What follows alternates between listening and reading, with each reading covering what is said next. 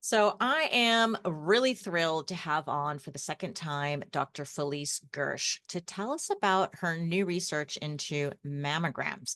And we're going to talk about the risks, the benefits, the alternatives, and what a woman going through menopause, this transition, needs to really know to make that decision for herself on how to monitor her breast health and keep her risks for breast cancer as close to zero as possible.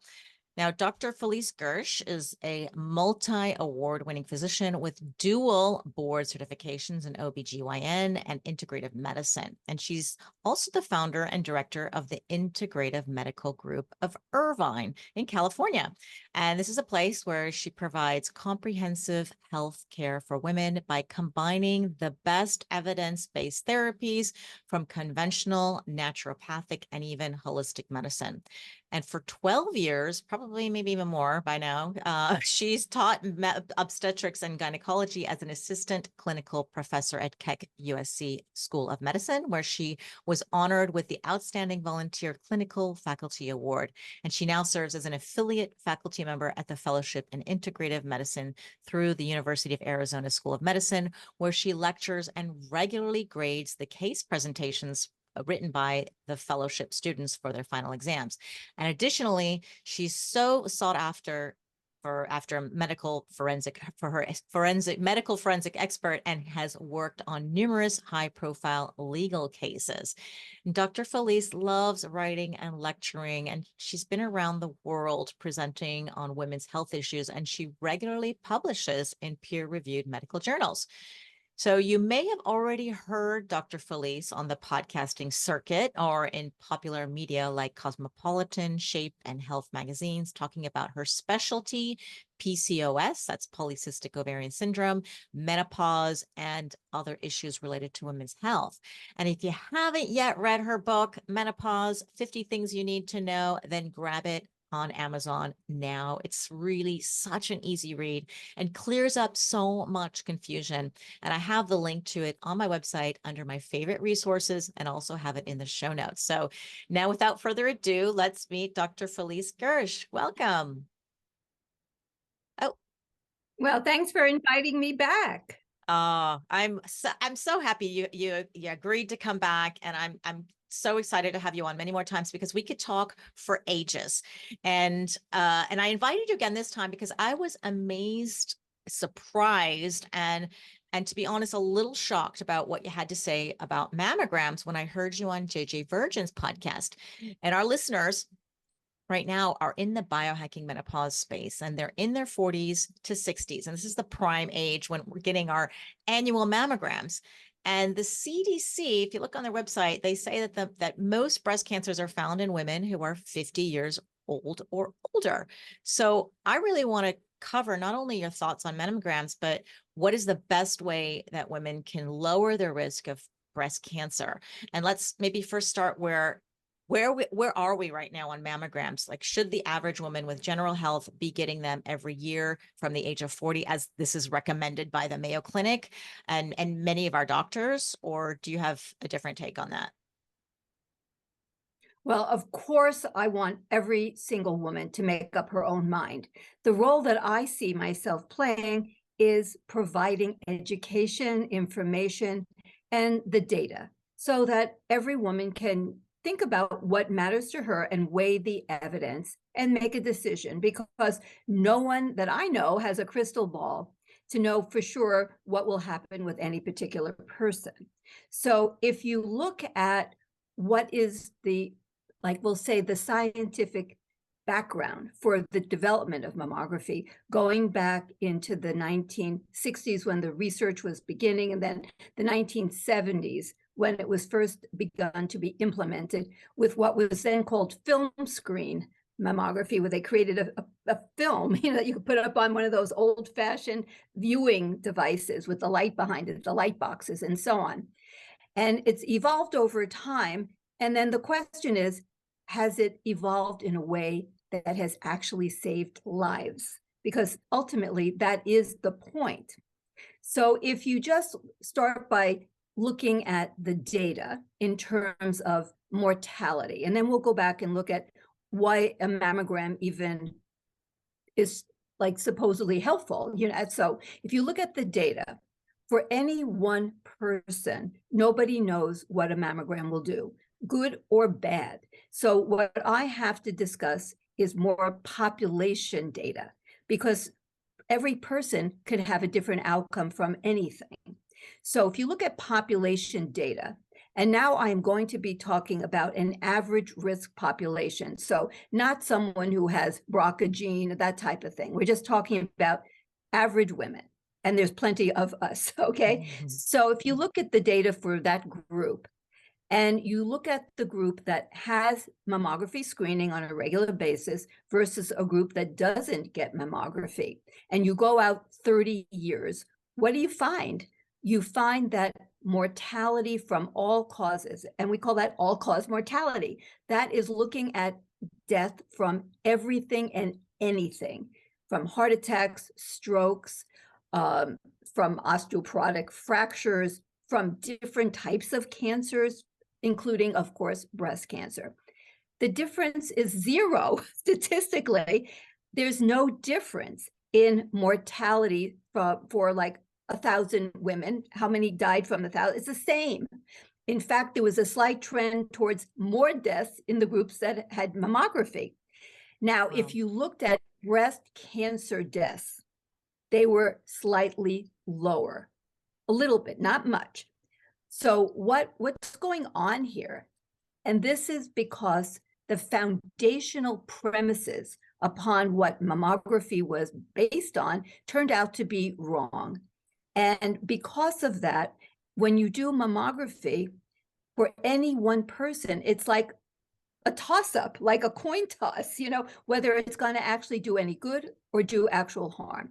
And that's because the foundational premise for a mammogram was based on a misunderstanding of breast cancer. Now, we're going back many decades, but things become entrenched. So I call it the breast cancer industrial complex, a multi-billion-dollar industry that's all built up around mammography.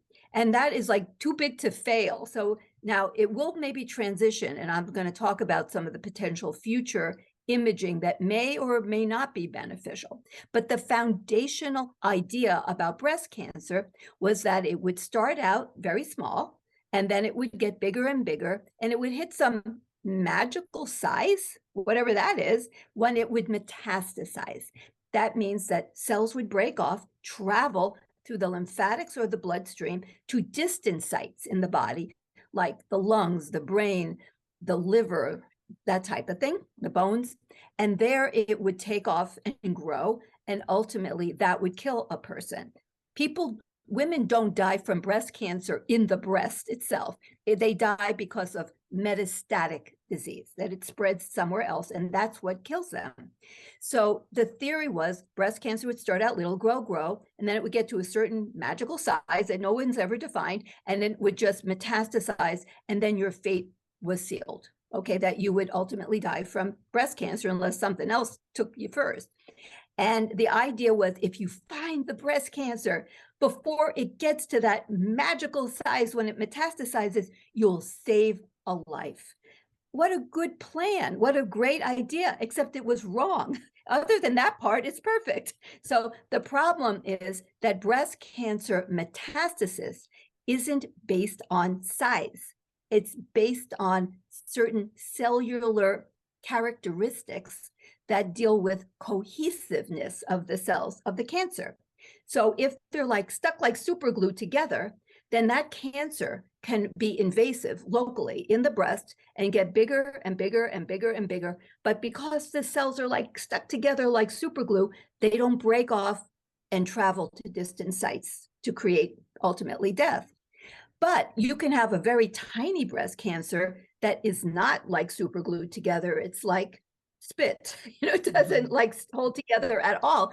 And little bits of it metastasize when it's really tiny and then spreads throughout the body. And this is a characteristic that's inherent to each cancer itself. And there are certain things that we can talk about, like why would one be one way or another. But right now, this is one of the big issues involving investigative and research, because there are people, I mean, I'm not the only one that knows this, of course, this is recognized in this oncology cancer community. And there are people working on this problem so that if you had a breast biopsy, for example, and at least at that stage, you would say, this is a breast cancer that is the kind that spreads, or not the kind, or it might spread, but wait until it's really giant, okay? Then you would know how to treat the cancer. So that's one problem. So because of this inherent problem of breast cancer can spread very early, or it can be very big and never spread, finding it early doesn't mean you saved somebody's life. So if you do a mammography and you find a breast cancer, in most cases, that woman's fate is already sealed, whether it's that it's never going to kill or it already metastasized, even when it's quite small. That's the problem, is that finding a breast cancer just means, oh, found it. It doesn't mean that person has now been saved. That said, sometimes you do save somebody, okay? Sometimes you will find a breast cancer that was destined to metastasize in the next year or two, but you actually found it before that happened. That happens sometimes, but that's a minority of cases. But it's not a 0%, it's a small percent. So how do I know, or anybody know, if any particular woman walking around in her 40s, 50s, 60s, 70s may be that one who actually could have her life saved? We don't know. But what about all the other women? Well, since finding it isn't going to change anything, what about the harms? Well, for one thing, what if you find a breast cancer that was never going to kill the person, ever? But I'm not talking that it's not breast cancer. It is breast cancer, but it would never kill. Well, that woman now is going to not be allowed to be on hormones, which can change everything for her future, because hormones are foundational for health. Another story, maybe another day, but without hormones, nothing can work right. Okay. Yeah, I bet we your have a audience knows. podcast on that with you. That was the first podcast we did. And Yeah, so you definitely have to go recommend. dig it up. I'll put a Dig it up. link to the Right. show notes, because you got to All listen to that one right. to get up to So speed. that's sort of foundational. Next, so we need to be able to take the hormones away from those women. Then they give them drugs that will block the production of estrogen through the conversion of androgens in their brain, in their gut, in all these different organs. So now they have, not only there's no ovarian production if they're premenopausal, but if they're postmenopausal, they don't have any conversion, because that's one of the ways that women can have some estrogen after menopause, is by converting androgens, most of which come from the adrenal gland, into estrogens in other tissues. We call that paracrine. It's made in that organ. It's not circulating.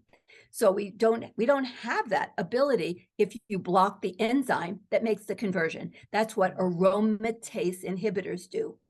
Okay, like anastrozole, arimidex, those drugs, Femara, they block, and it's like letrozole, they block this enzyme. So that leads to all kinds of problems. And then, of course, there's surgery, there's radiation. Radiation to the breast is radiation to the heart, even when it's on the right side. They've now shown it harms the heart a lot. And it also is to the lungs, increasing not only heart disease, heart failure, heart attacks, but also potentially lung cancer. And just a lot of scarring and discomfort and so on can ensue from that sort of thing. And then there's the emotional trauma. Women who go through this 100%, really 100%, get post-traumatic stress disorder, and emotions change everything. Chronic stress and post-traumatic stress disorder is not conducive to healthy longevity. So we have all of that, and this is from women who have definitely been diagnosed with breast cancer, but it turns out that that wouldn't actually have killed them. But we don't know that. That's the problem. We don't know that. And what percentage is that? Probably at least 30% of all breast cancers that are found were never going to kill. And what do we call that? That's called overdiagnosis.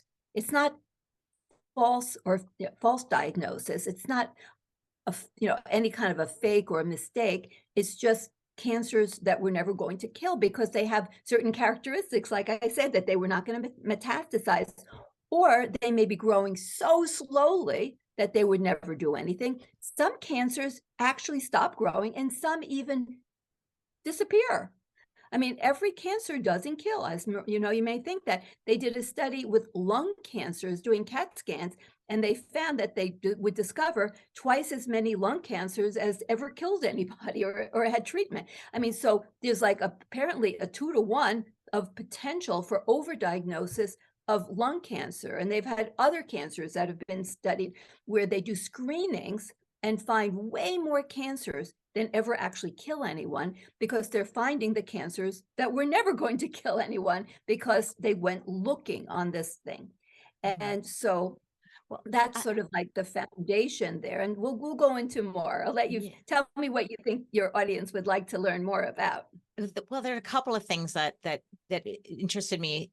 The fact that you explained the growth of the cancer tumor if they find it, that it's small, and we've been learning that, early detection saves lives. That's what we've been learning. If you get the cancer early, you have a better chance of survival. And so what you're saying is actually, no, that's not true based on the research that you're finding and as well. No, did I get that part right? So, yes, well, very close. What I'm saying is that in many cases, I mean, a very, very large percentage, that the size is not relevant to whether or not it's going to metastasize at any particular point. So size doesn't dictate metastasis. So finding it very small does not mean that it hasn't already metastasized. The ones that are going to metastasize. So here, just if you take it as some breast cancers will metastasize and some won't. Okay, the ones that will often do it when they're very, very small. At this point, pre-detection capability. So, you could have 3 cells and one leaves, okay, and then takes over someplace else. So finding it small sometimes, but not at all as many as people would like to think. Sometimes finding breast cancer on a mammogram will save somebody's life. That's true. I don't want people to think it does nothing, but for the times when it actually does save someone's life, many more times it's actually not, and it's causing some harm. So that's where every woman has to decide. But you can't decide if you don't even know that there's a significant chance that it's going to harm you, because nobody told you. I mean, so you think it can only do good. You don't think, well, you have to weigh the pros and cons. If anyone has watched cable television, you see that they advertise pharmaceuticals endlessly. Oops, sorry about that. So they advertise. I got so excited. They advertise pharmaceuticals all the time, and they always have this litany of, like, it could kill you, it could give you infection and all that. So for every pharmaceutical, and that includes things like vaccines, you have to weigh the potential benefits versus the potential harms. But I never see that happening. We call that informed consent. And I basically never see that happening with mammography. Remember, we're talking about doing a screening test using radiation, a known, which I want to get into too. Radiation is a known, not questionable, a known carcinogen. So we're using a known carcinogen, radiation, on breasts of women, which are very sensitive to carcinogens, to try to find a cancer. And we're doing this to the entire population of asymptomatic, normal risk women. So that's a very big deal. This is targeting every woman, and then telling them that they should have this done, and not telling them, well, there is some risk involved. It's risk-benefit ratio for everything, so that they can make a decision. And there's more than one decision. The decision doesn't have to be, I will never have a mammogram. Now, some women do make that decision. And the other decision is, okay, but I'm not going to do it as often. And I'd like to tell you about a study that just got published this week that actually talks about that issue of frequency of mammography. And that's come up, by the way, this isn't like the first study dealing with that. It's come up before. And, like, where did this, it has to be once every year. By the way, no other country has it like the US, that you should do it every year, starting at 40. And but the thing that it's so important to know is that radiation is a known carcinogen. And the younger a woman is when she has a mammography done, the more likely that will actually have harm done to her breasts, because a younger woman's breast is more dynamic and has more active cells within it. Mhm. So mammography done to a woman in her 40s is more likely to cause harm and potentially create cancer in her 60s, because Mhm. there's usually a very long lag time, like 15, 20 years or more even, between a carcinogen's exposure and then the development of the cancer. I mean, it can be less, but in breast cancer, that's about the timeline. And breast cancers can lie in somebody and they don't even know it for a while as well. So it's not like it usually grows from 0 to big, like in a few months or a year. Most breast cancers, especially in postmenopausal women, are relatively slow growing, Can I and they ask can you, potentially. I'd like to, I'm sorry to interrupt. I don't want to forget. There's a couple of things. One, I would love to get that study that just published out, if we can put that in the show notes. And of course, any other studies that you have that you're quoting be great to have. But going back a little bit to, if I understood correctly, and you can correct me if I'm wrong, we were talking about the early exposure to save lives, and you say it's a small percentage. And if I understood you correctly, you said probably about 30%. You're saying those are the women who actually perhaps saved a life because they had early detection. Is that true, or is that 30% for something else? No. Oh, 30, it's 30%, or what we call overdiagnosis, where you find a breast cancer. Now, this is just a basic thing about overdiagnosis. Overdiagnosis means you found a breast cancer or any cancer that was never going to kill. So you're not saying it's not cancer. It Mm. looks just like cancer under the microscope, but not every cancer kills. So about 30% of breast cancers, invasive, this is invasive breast cancers. And by invasive, it means it's broken out of the cell membrane, but it could just be locally in the breast. And it could be, any size, could be very small, could be medium, but that particular cancer was never going to kill that person. And that's called overdiagnosis. It's not a false diagnosis Mm. where you mistakenly call something cancer when it isn't. It's just that it was never going to kill, because the basic premise that all cancer kills, or everybody who gets breast cancer will die from it if untreated, is just not true. 30% is overdiagnosis. Those cancers were never going to kill anyone. And then you have this whole other group that's not even exactly cancer. It's called DCIS, ductal carcinoma in situ. So that means it's actually not invasive cancer. And it turns out that of this group, you might call it pre-cancer. They call it in situ. It's not invasive. Okay, so invasive means it's spreading locally. Metastatic means it's spread to a different site, a different organ system. So you can have local invasion, locally invasive cancer, but it's not going anywhere, and it's just staying in the breast, and that won't kill someone. So, that's a whole different thing, is invasive cancer. And then there's this whole group called DCIS, which is pre-cancer. It hasn't actually become invasive. And what percentage of those will ever turn into invasive cancer? That's another interesting percent. It's 30%. Okay. So 70, it's just by chance. Okay. That 30% of ductal carcinoma in situ, DCIS, will turn into invasive cancer. The other 70% will never even turn into real cancer. And of actual invasive cancers that are found, 30% will never kill no matter what you do. They were never going to kill the person. So there's a lot of excessive treatment okay, for cancers or ductal carcinoma in situ, DCIS, that was never going to turn into invasive cancer or that was never going to kill. Now, of the cancers that are found, it would be like, well, if you find like 100 cancers and 30 of them, of the 100, were never going to kill, but the other 70 were. So, of course, now you save those lives. Unfortunately, that's not true, because of the other 70, the fate is usually sealed, okay? Mhm. That they either already are or not invasive. And so it's not like, oh, you found it. But I don't want to make it sound like no one's life is saved from dying of breast cancer death.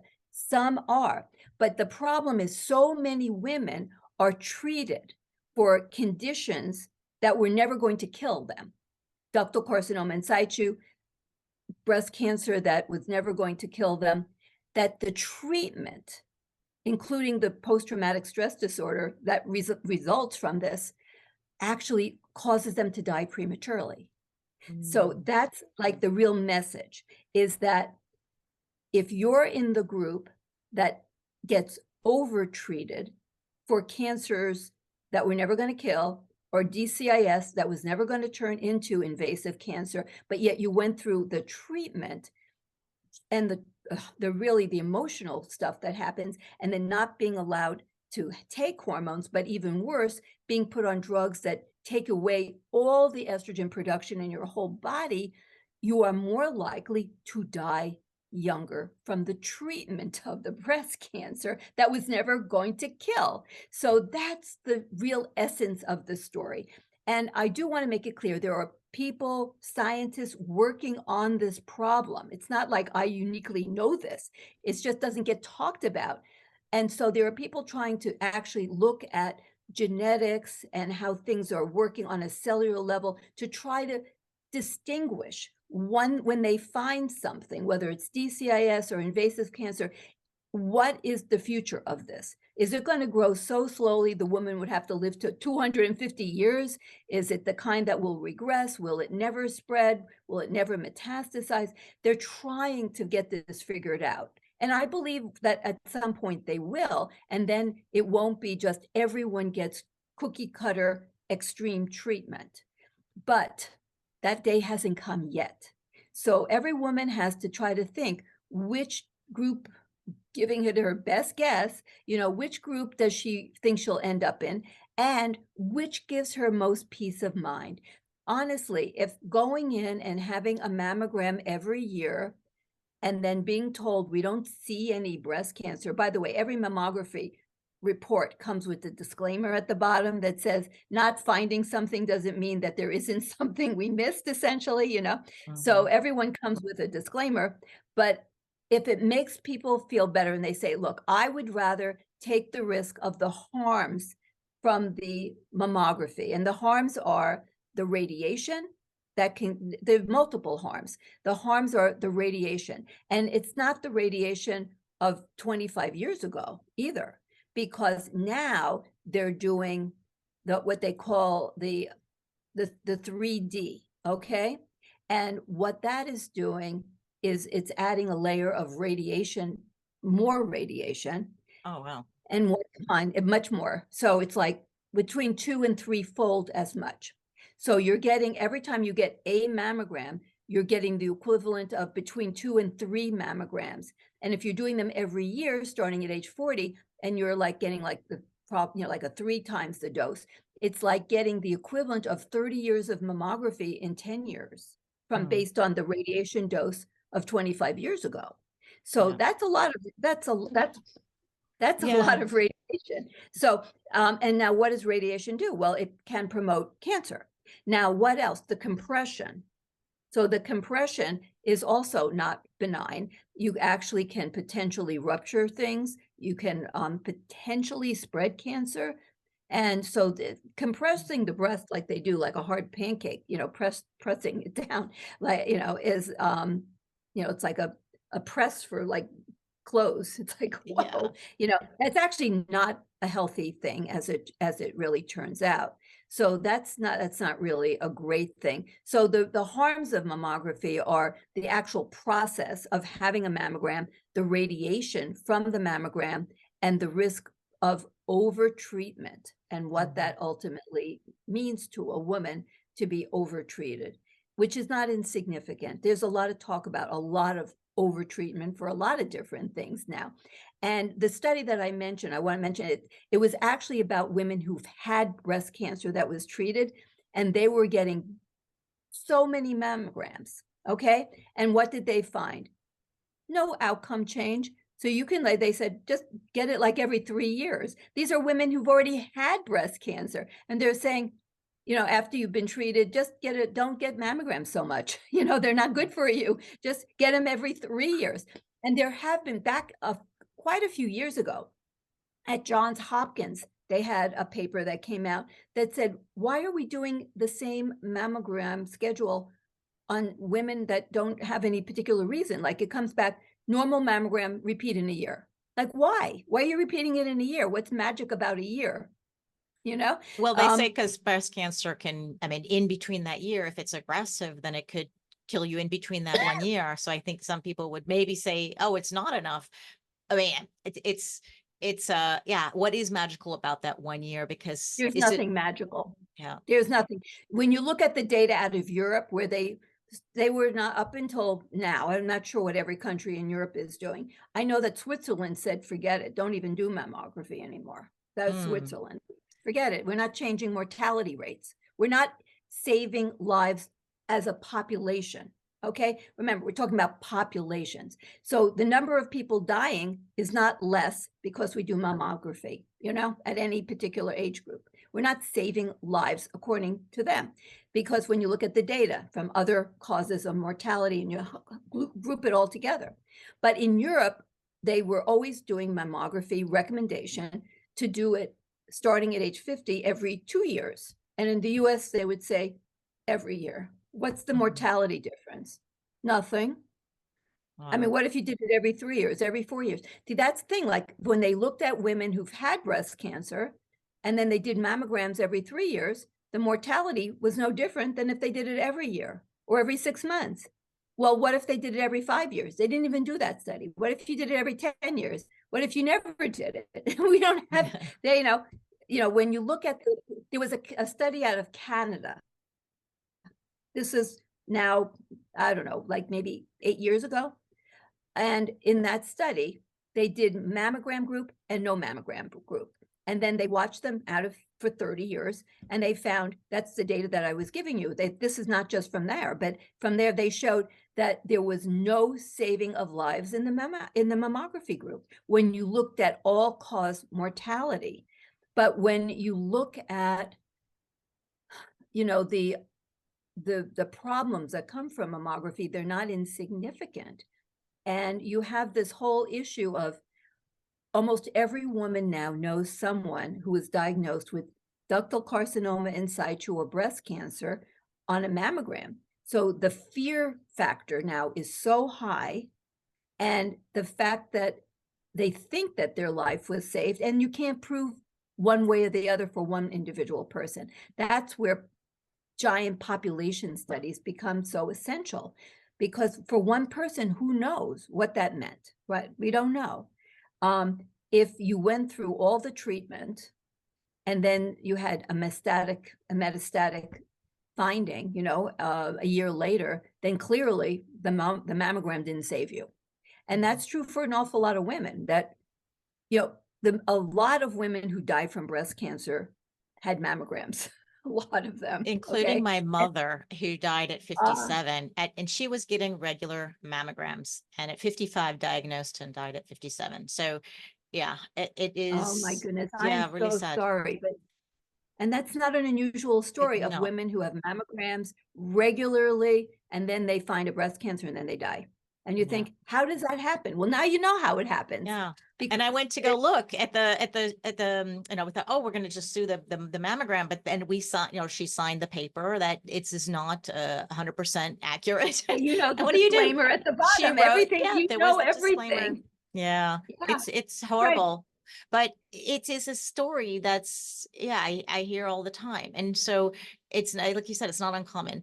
And it really puts women in a difficult It position. does. And It's so hard. it's like you said, you have to decide which camp you're in. Like, how do we know and decide which camp we're in as well to make that decision? Now, if you're going to get mammograms, and I think you sort of mentioned this or alluded to this at the very beginning, which group of women are most likely to benefit from having a mammogram? What group is that? Probably in the 50 to 60 range is probably the group that is most likely to have benefit. Why is that? You're more likely to find a breast cancer that isn't an overdiagnosis in the 50s. In the 40s, you're more likely not to, if by the time you find it, it's already going to be metastatic. Okay, why is that? Because you're typically not postmenopausal in your 40s, and premenopausal breast cancer tends to be like a little bit of a different creature, and it tends to metastasize even earlier. And it's almost impossible to get a useful mammogram on women in their 40s. They're almost always what they call dense breasts. So what does that mean? It means that they have a lot of glands. And why do they have a lot of glands? Because they have hormones. Estrogen causes glands to be alive and functional, because that's what breasts are made up of, a lot of glands. And the ducts, are connecting the alveoli, and it's all necessary in order to be able to have breast milk produced. And the thing about it is that when you have a lot of ductal cells, keeping everything going and connected it so that they could actually potentially be mothers and breastfeed, that creates density. It just means there's a lot of tissue with a lot of cells. When you get old, like in your 60s and 70s, and if you're not on hormone therapy, then all those cells, those ductal cells, they do what everything else does. They shrivel. They just, everything kind of shrivels if you don't have estrogen. Your skin shrivels and you get wrinkles, your arteries shrivel. I mean, some of this is a little, like poetic. It's not necessarily poetic license here, but to some degree, everything kind of dries up and kind of shrivels up. And those ducts, the ductal cells really do shrivel. Okay. And so they don't take up much space. And so what replaces them? Fat. So your breasts are, older women, if you're not on hormones, you have breasts that are almost all fat. So you can see through the fat easily. The ductal cells act like a wall, like a lead wall. You can't see through them. So it's really hard to see the forest for the trees, the trees for the forest, whichever way that went. You can't see the detail. You cannot see detail in a woman who has plenty of estrogen circulating in her body. You just can't. So in younger women who are premenopausal in their 40s, mammography has a huge miss rate. Talk about the little disclaimer at the bottom. It's like, I can't see anything, because it's like white out. That's what it looks like. It looks like the whole thing is white because you can't make any detail. So what's the likelihood that you're going to miss a breast cancer? Very high. Okay. Very, very high, because you can't see much of anything. And that's another problem with what we call callbacks, the infamous callbacks. That's where the radiologist says, we're not sure what we're looking at, so come back. We want to take more views.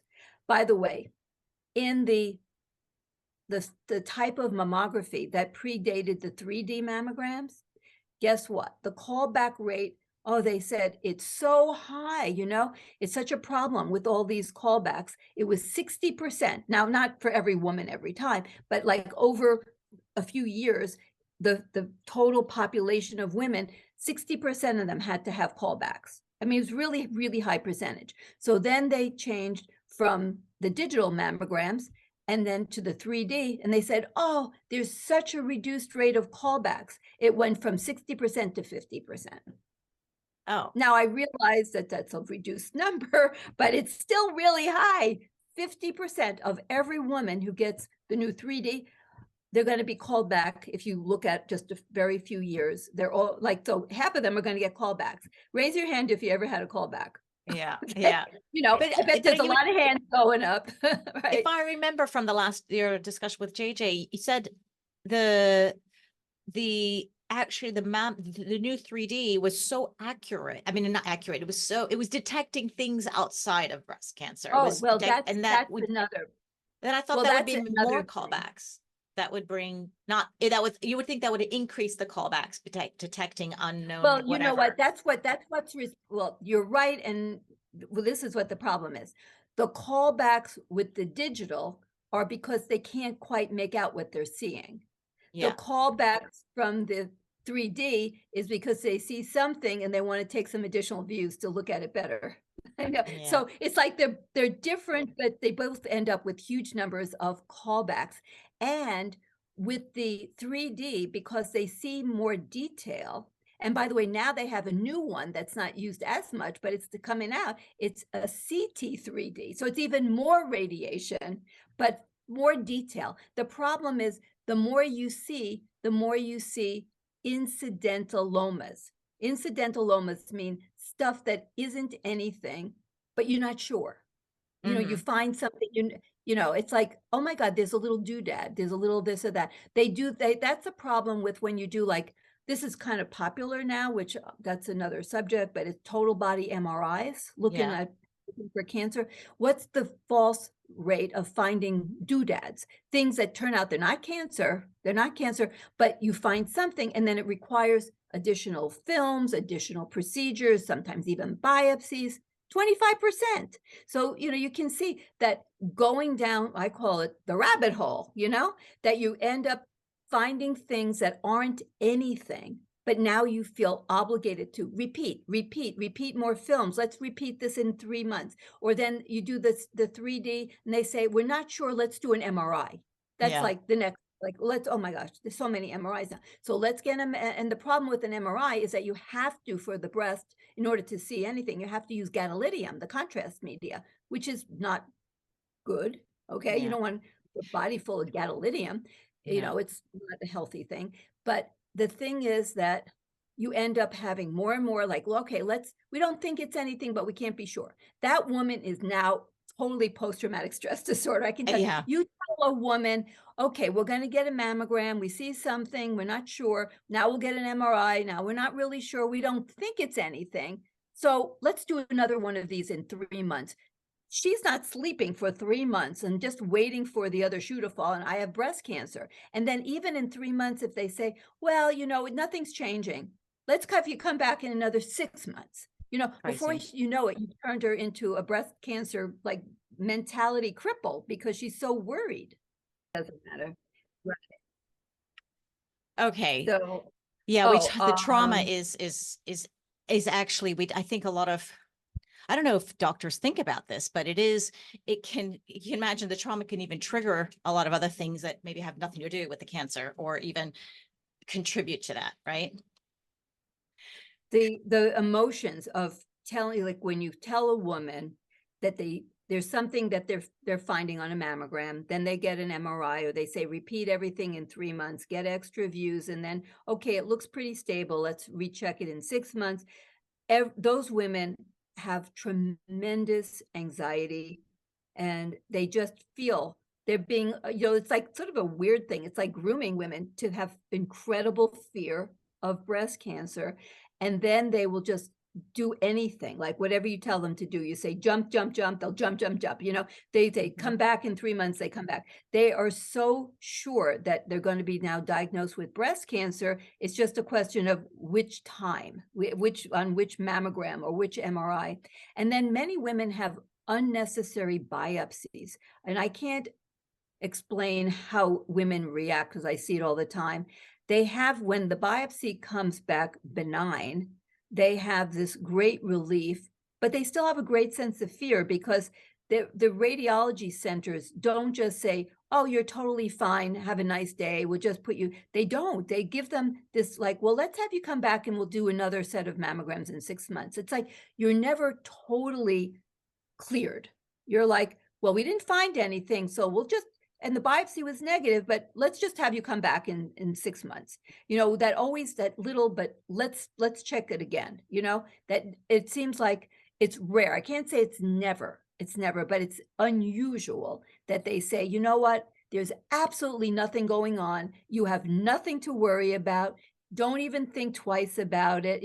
I never hear that. It's always like, well, everything looked fine. We didn't find any cancer and it was benign, but let's go ahead and have you come back. We'll keep watching, or, whatever it is. The way that they word it, the women never feel cleared, like, woo, I'm Yeah, just fine. I That I they can never totally, get yeah. that feeling. I can relate to that completely. When I was 30, just delivered a baby. I had a lump in my breast. I had a biopsy, and the doctors, when they were probing, this was in Moscow at the time, and they said, "Oh, we're not sure what it is." And I was like, "It must be like a duct. I mean, I'm freaking breastfeeding a baby. Like it would be some fibro something." And they said, well, we're not really sure. I had to go. I went through a lot of trauma that because of the testing. It took Oh, several months. It was over Christmas. I had these thoughts, I'm going to die. I'll never see my kids grow up. And they remember, they looked at me. They said, well, you don't have breast cancer in your family, do you? And I'm like, well, my mother just died of breast cancer. So don't talk to me like that. It is very, I lived through that trauma. I know what that's like, and it is very, very stressful. I eventually went to London, and actually the doctor treated me pretty well, because he said, this is nothing. This is it was a fibroadenoid, and you're breastfeeding, and it was the answer I needed to hear. But over whoa, time, that's like a very common benign tumor, really yeah. common. And wow, they tortured you. They tortured me. Yeah. And I get it. I feel for those women who are told these things when it's unnecessary. And then you do have, I mean, because I did lose my mother with breast cancer, you do have that in the back of your mind. Is it there? Is it going to grow? What is it? The treatment and so I've been getting mammograms probably since my 30s. But it luckily it wasn't in the US, because they didn't tell me to do it every year. In Europe, it's every 2 or 3 years, but it's still Right. radiation buildup when you're Oh, that it young. is. And when you're younger, but you're not the average risk population. So you know that because you had a mom who died from it. Doesn't mean that you're in a gigantic risk group, but it's something a little different than the average. And one of the things that came up that you mentioned is like, why do women even get breast cancer?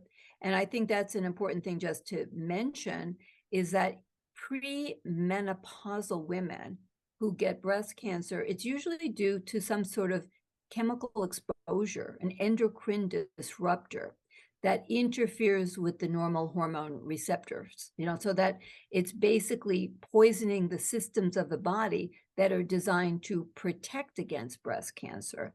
And I think I think women should know that the menstrual cycle, which has been maligned, like try to get rid of it, because so many women have dysfunctional menstrual cycles, whether they're irregular, they're too painful, too heavy. And so the goal is always get rid of the darn thing, because it's more trouble than anything else. And you only want to have a menstrual cycle when you want to ovulate to have a baby, otherwise get rid of it.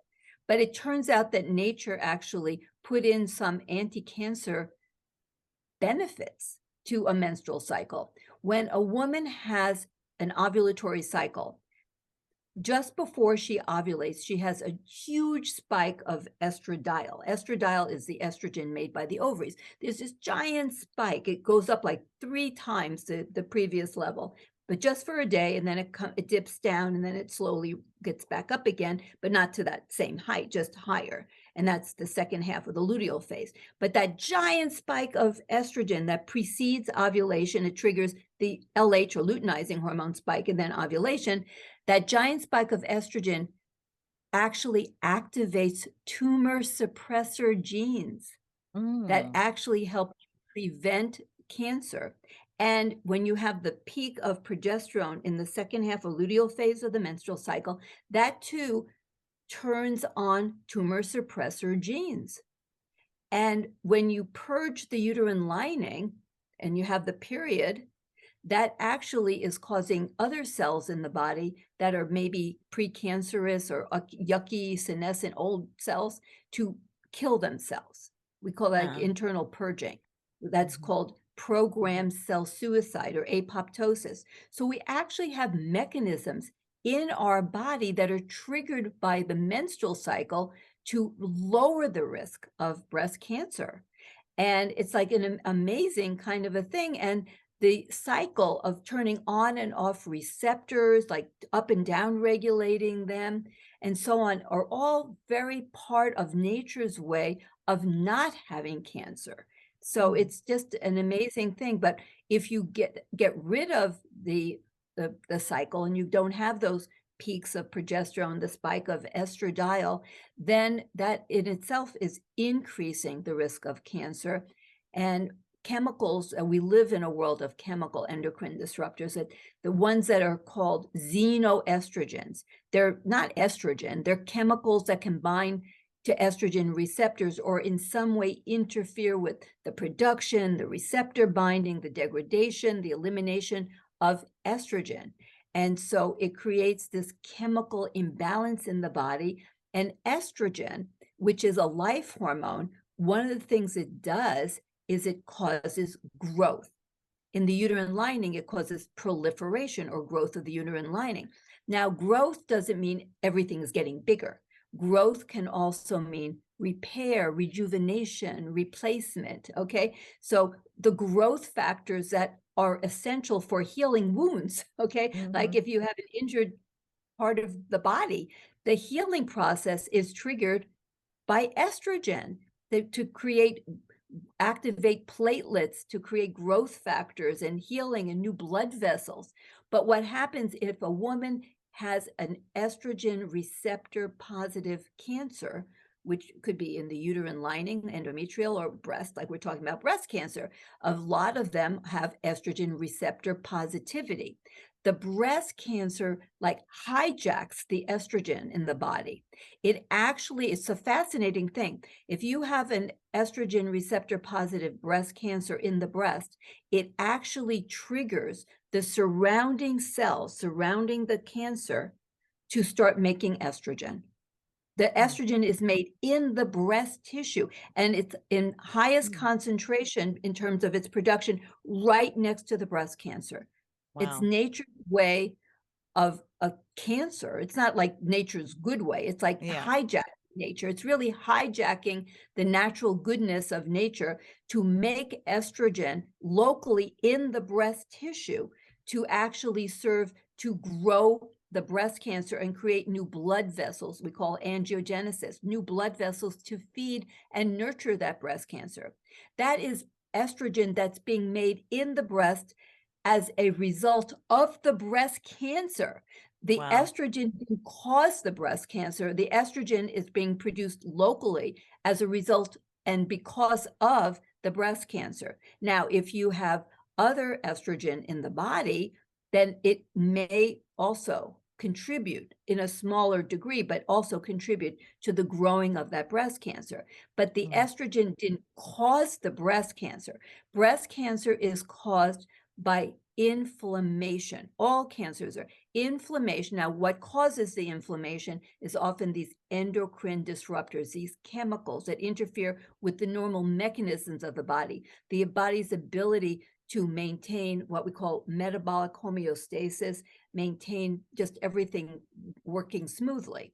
And when you have inflammation, you develop DNA instability. And that can lead to things called misfolded proteins and so on. And then you have fracture or breakage of DNA, and then you have cancer. And that's due to inflammation. And there can be more than one cause of inflammation. So if you have metabolic poor health, for example, you have diabetes, you have obesity, you have malnutrition, nutrient deficiencies, and most people who are obese are actually also malnourished, okay? You can have dysbiosis of your gut, fatty liver, you can have chronic emotions like chronic stress and emotions. So anything and everything that causes chronic inflammation can lead to the DNA instability, breakage. And then once the cancer forms, and it happens genetically to be estrogen receptor positive, it creates its own estrogen source, and it will hijack any circulating estrogen to try to also support its growth and its integrity. but it wasn't caused by estrogen. And what I would say is it was caused in spite of the estrogen, because estrogen in the form of estradiol made by the ovary actually maintains balance in the body, and it creates the immune system, or controls the immune system so that it doesn't create inappropriate inflammation. You only want inflammation when you have damage or a pathogen like a bacteria, a virus invading the body. Otherwise, you want to have this calmness. You don't want inflammation. Estrogen turns on and the off switch for inflammation. But you can have systems that become out of control due to all these other factors. And then you have this unrelenting inflammation, which can be anywhere in the body, including in the breast, that leads to this cancer formation. So it's really important not to blame an innocent bystander, so to speak. Yes. It's kind of like Stockholm syndrome, right? Where they kidnap someone and then they brainwash them to work with the criminals. That's Yeah. kind of like what happens to poor estrogen. But it was innocent until it was hijacked and kidnapped. You're right. The message here, really, if you guys haven't heard it yet, estrogen does not cause cancer. Okay, period.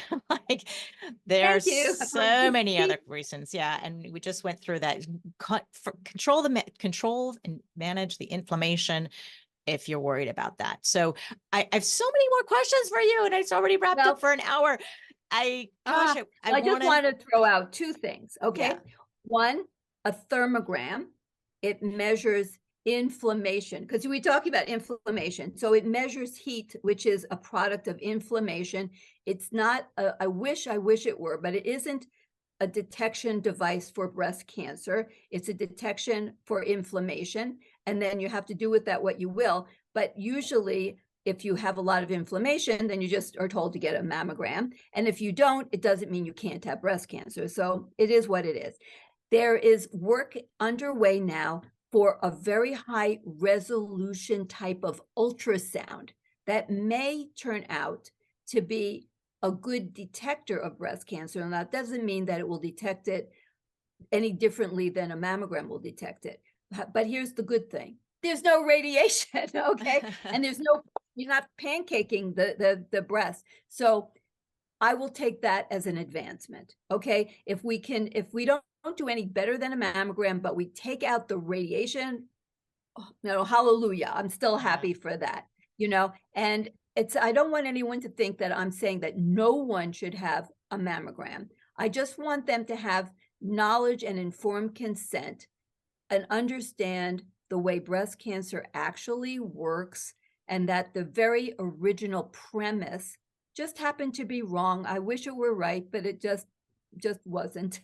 Yeah, I'm really sad that with the advancement of mammograms that they're increasing the radiation. You would think they would try to reduce it. And the message that I'm getting, and perhaps many women listening too, is get your mammogram every year. It saves lives, early detection, and it's not all completely false, but I think we need to really take a bigger step towards improving the detection, understanding, and having that discussion with your doctors. I really think, we're really talking about a healthy woman here, and everyone has to talk to the doctor. But the message I'm hearing from you is understand the risks and the benefits, and just inform yourself what you're actually doing. And then on top of that, my next question, I'm totally interrupting you right now, but I don't want to forget is, what do we do instead, or what are the alternatives? You mentioned the thermogram, but I don't want to forget about that question. A thermogram is not an alternative. It's just a different thing altogether. And so I don't want people to think that a thermogram is a detection device for cancer. It's for inflammation. So, that's interesting.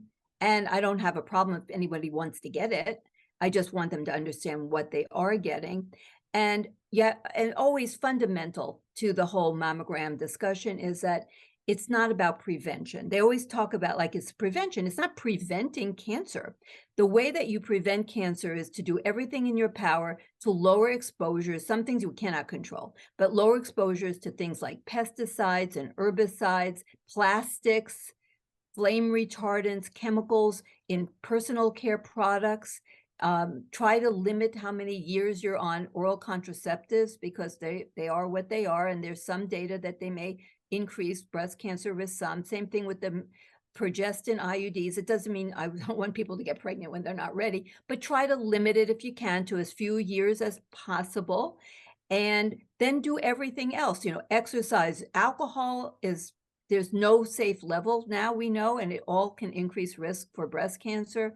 So you want to also get proper sleep, circadian rhythm dysfunction, like sleeping at all odds hours, staying up late into the night, that increases risk of breast cancer. Chronic stress, work on mind-body practice, eat lots of vegetables, lots of plants, the antioxidants, the polyphenols.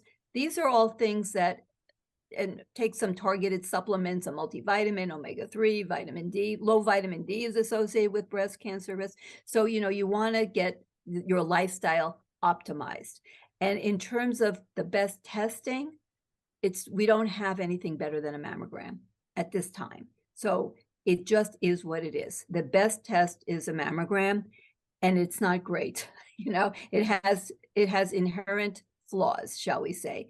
So every woman should know. And as now there are more voices saying, if you're going to do mammograms, you could space them out more. I mean, there's this huge outcry of doing it every year. And then there's an alternative, softer outcry saying, but why? Like, why does everyone have to get it that often? And breast cancer does not tend to grow that rapidly. And typically the kind that is growing that rapidly, the fate is already sealed anyway, like I said. So, there's no absolute, this is what anyone should do. When you have committees of doctors who make recommendations, they do change. I've been around for enough decades of practicing medicine that I have seen so many recommendations change every few years. So the recommendation of today isn't necessarily a recommendation 5 years from now. So they're recommendations, they're not mandates. So every woman has to just have the facts so that she can decide how often, and if having a mammogram is going to benefit her or not. And no one knows which individual will actually be saved, but the vast majority won't be. So are you going to win the lottery? Somebody does. It's sort of like if you get benefit and your life is saved by a mammogram, it's almost like you won the lottery, because most of the women getting the mammograms, their life is not being saved. It's actually being harmed in ways that they don't even appreciate. But it's what we've got. It's the only test we've got right now. When do you think the ultrasound will come out, if at all? Oh, they're working on it right now. It's available in a very few places, but it's not approved by the FDA as a screening tool. Right now, it's only approved as an adjunct to a mammogram. Now, of course, you can do whatever you want. I have patients come into me and they say, I just want an ultrasound. And I say, the ultrasound that I can order for you is not about early detection of breast cancer. It's about determining if something's a cyst or a solid lump. It's not what you think, it's not going to tell you. Yeah, at least you're honest. Can I ask you then, before I let you go, what do you do and why in terms of breast screening? Well, I had many mammograms and ultrasounds for many years, and I'm older, and I have decided personally to stop doing all of the above. Now, that's a personal decision, and I'm not pushing that on anybody, but I had so many callbacks, all for nothing. I mean, I had so many ultrasounds, all for nothing. And because I take hormones, I will always have dense breasts, and I'm always going to get callbacks. And I just decided that what I'm going to do is work on prevention. So I am trying to do everything in my power to lower my risk. And I recognize that most cancers that we deal with do not at this time have a really good early detection that is going to save a life, like liver cancer, kidney cancer, leukemias, lymphomas. There's so many. You can go through brain cancer, and what's the early detector, So I'm just lumping the breast cancer in with all the other myriad cancers that I don't know if I have. And I just found that I was really suffering with every year anxiety, post-traumatic stress disorder. And I just decided I'm just going to do everything to be the healthiest I can. Maybe I'll change my mind. That's just how I feel right now. And I'm not pushing that on anyone. I'm only telling the truth about what I decided for me. For my patients, I give informed consent. I don't tell them that they should or shouldn't have it. And I make sure everybody knows the standard of care is to get the mammograms every year. And it's their personal choice. I don't mandate, whereas many healthcare systems now, it's basically mandated. I mean, you get in trouble as a doctor if your Wow. patients aren't getting met. Oh, yeah. They like Mm. ding you if your patients aren't getting an annual mammogram and they get their colonoscopy, or they get their other tests for colon cancer. I mean, they have to get their screenings, their, pap smear. If they don't get their screenings, I mean, everything else can go down the blood, whatever. But, you got to get that's the metrics of quality care, is that you get these screening tests, but I'm independent. So I just give people their choice, but I give them informed consent. And then women will decide. I would say that the majority of my patients are getting mammograms, and that's okay. The important thing isn't that they have them or they don't. The important thing is that they know what they're getting, and it's a choice, and it's an informed choice. That's what I'm about with everything, not mandates, just informed decision making. Oh, I love that. I wish more doctors were like you and just, yeah, give us the information, risks versus benefits. That's all we want to know. Everyone is individual. And I think, anyone who's listening here, you got to take care of we have to know your age, your history, your risks factors, your prior Right. diseases. There's so many things that go into making this decision about your mammograms, but about a lot of other things as well. So we hear so much noise coming from the outside, and I'm glad you were open to share what you do. But again, that doesn't mean what everybody else should do what you do. Everybody's different. They're not Oh, your age. no. I They're mean, not your history. They're not everything, right? if there's one thing you don't necessarily do, it's whatever your doctor does. Because you like say, I don't know that I want, but I want to be a role model in a lot of things. Okay. But I Yeah. don't want people to think that I'm telling them that they have to do what I do. No, I know. I was just Except curious. eat well, go to bed, all that stuff. All the other things that really, really matters. And that's the hard work, right? That's unfortunately, that's the stuff that a lot of people think, it's hard to make, but I think they should. I want more people to know about you. I still have so many questions to ask you, but I would love to have you on again for another round. But I want people to go download your free ebook, the Menopause SOS ebook. And that you have on your website. I have a link to that. Read the book, Menopause, 50 Things You Need to Know. And I see you're more active on Instagram and Facebook. I'll have your website, and I'll have all the YouTube channels linked, and all this information will be in the show notes as well. I'll have my resources there, and as well, if anything you have, just shoot it out to me. Before I let you go, do you have any advice for a woman going through this menopause transition now? Absolutely. This is a very huge metabolic shift. And this is the time when you have to pull all the therapeutic tools out of that toolbox. So this is essential that you optimize your diet, your sleep, your exercise. You have to take care of yourself. There's like no second chance on this, really.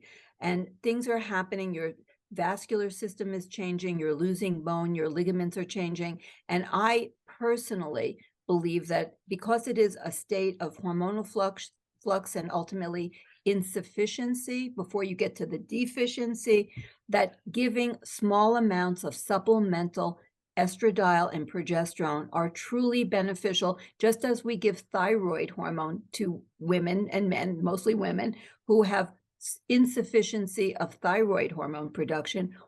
I am very simple in my thinking. If you don't have enough of a hormone, give some.